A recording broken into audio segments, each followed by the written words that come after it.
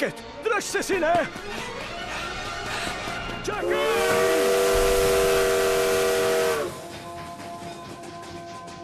А? Тате?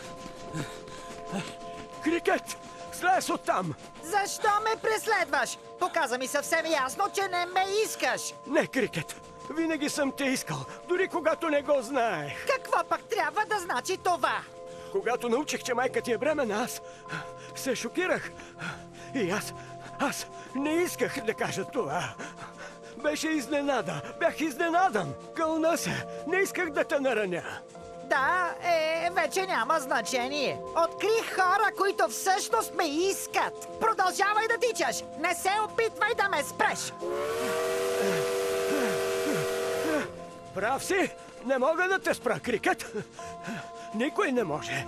Нищо нямаше да ти попречи да се появиш. Защото ти си неудържим, Крикет! Неудържим си! Просто знай, че те обичам.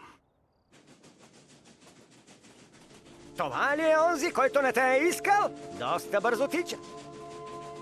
Какво ще правиш?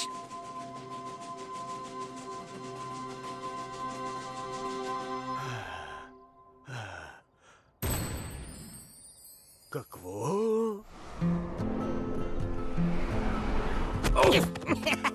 И аз те обичам, тате.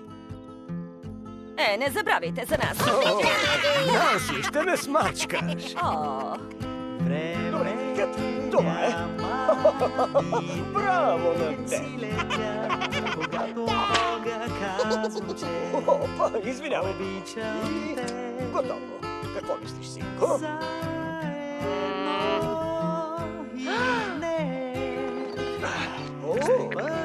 О, ти помагаш. Здравей, мама! Това тук е от Крикет. Ядаличка, бе. Готов ли си? Държи лъвицата, стой мирени.